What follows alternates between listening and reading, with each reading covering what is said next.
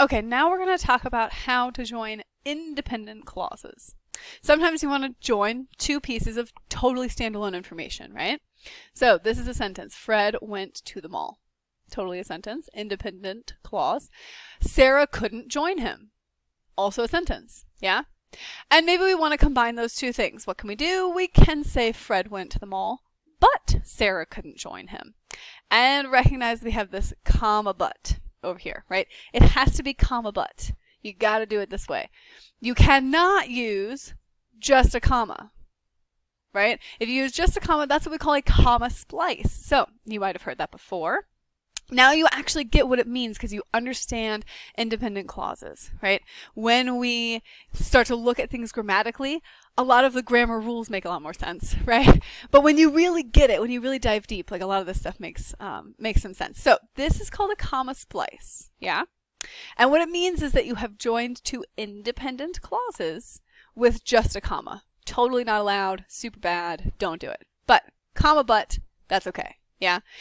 You can also use comma and, comma or, depending on what conjunction makes sense. You guys have probably heard the word conjunction, and, but, or, right? Nor is also one of them. Stuff like that. You can use some of those, yeah. But in this case, you wouldn't say Fred went to the mall or Sarah couldn't join it. Like that just doesn't make logical sense. So you just pick whichever conjunction works in that situation, yeah. But whatever you do, definitely not this.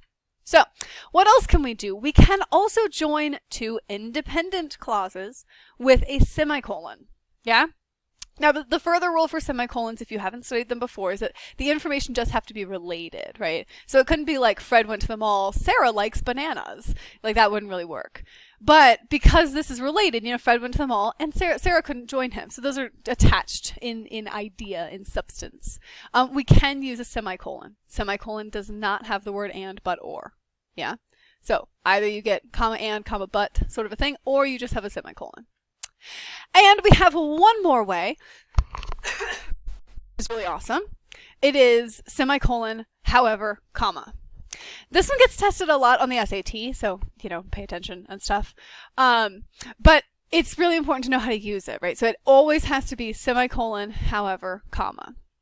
This is exclusively when you are separating two independent clauses, yeah? So sometimes you're going to have like a phrase over here and a clause over there, not the same thing.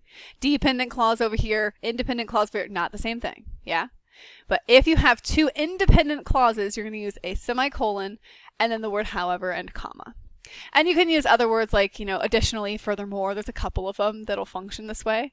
Those ones get tested a little bit less often on the SAT. However, the word however is very, very common on the SAT. Yeah, so it comes up just all the time. So keep that one in mind. And you'll know, like, if they put, you know, two commas around however, but there's like two independent clauses, it's just a thing to look for. If one of the answer choices is semicolon, however, comma, then you're going to want to say, ooh, I got to turn my independent clause brain on and I got to look and see, are these independent clauses? Cool?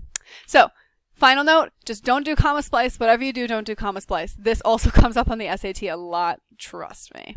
So, no comma splices. Yes, all the other things. Let's use this information to tackle the next questions.